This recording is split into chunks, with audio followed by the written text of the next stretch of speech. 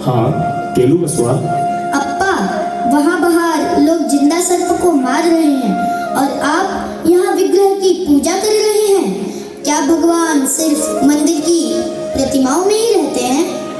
नगु बसवा, भगवान तो सब जगह विद्यमान है, परंतु तुम इतने गहरे प्रश्न क्यों कर रहे हो? अभी तुम्हारी खेलने की उम्र है, जाओ जाकर खेलो। नमस्कार मालिकरे। हरल्या का पुत्र आपके लिए जूते लेकर आया है। ठीक है, उससे वह जूते ले लो, किंतु स्मरण रहे उन जूतों को गौमूत्र और माँ कावेरी के जल से पवित्र करने के पश्चात ही घर में लाना। जी मालिकरे। अप्पा, क्या मैं उसके साथ खेलने जा सकता हूँ? नहीं, वह निम्न जाति से है और मैं तुम्हें उसके साथ खेलने की आज्ञा नहीं दे सकता। अप्पा, यदि मैं उसे कावेरी के जल से पवित्र कर दूं, तब तो मैं उसके साथ खेलने जा सकता हूँ ना? नहीं, माँ कावेरी के जल से केवल बाह्य वस्तुओं को पवित्र किया जा सकता है, आंतरिक वस्तुओं को नहीं। किंतु ऐसा क्यों अप्पा? यदि ऐसा है तो पवित्र नदियों में स्नान करने का क्या लाभ? पुत्र, समाज की यही रीति नीति है, ये परंपराएं सदियों से चली आ रही हैं, हम इन्हें नहीं तोड़ सकते। परंतु अप्पा। बसवा, अब तुम अति प्रश्न कर रहे हो, जाओ यहाँ से, मुझे अपना काम करने दो।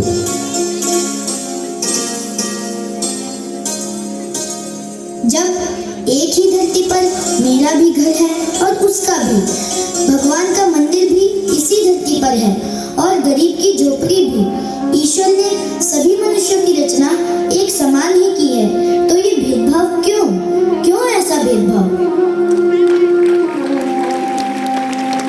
मैं एक ऐसे समाज की स्थापना करूंगा जहां सभी मनुष्यों को समानता, समरसता और संप्रभुता से जीने का अधिकार होगा।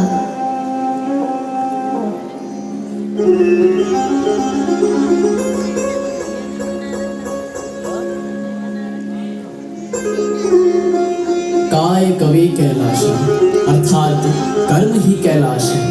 कैलाश का मार्ग कर्म से होकर गुजरता है, यही तो हमारे वेदों और शास्त्रों ने भी कहा है। स्वकर्मणा तम अभ्यर्च्य कुर्वन्य वेह कर्माणि जिजे विशिक्षतम समान।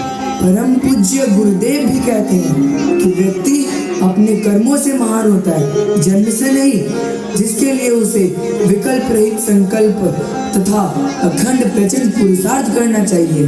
परम श्रद्धे आचार्य जी का भी यही ध्येय वाक्य है, स्वेन क्रतुना संवदेत, अपने कर्म से बोलो, क्योंकि कर्म की ध्वनि हजारों शब्दों से भी तीव्र होती है। संत बसवन्ना का जीवन भी इसी से ओतप्रोत है।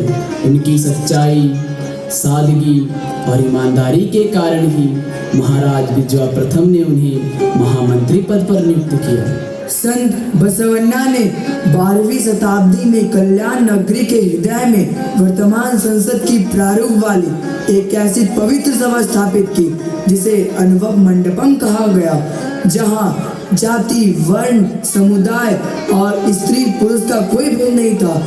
वहाँ केवल सत्य की चर्चा होती थी। तो आइए चलकर हम भी अनुभव मंडपम में भजन का आनंद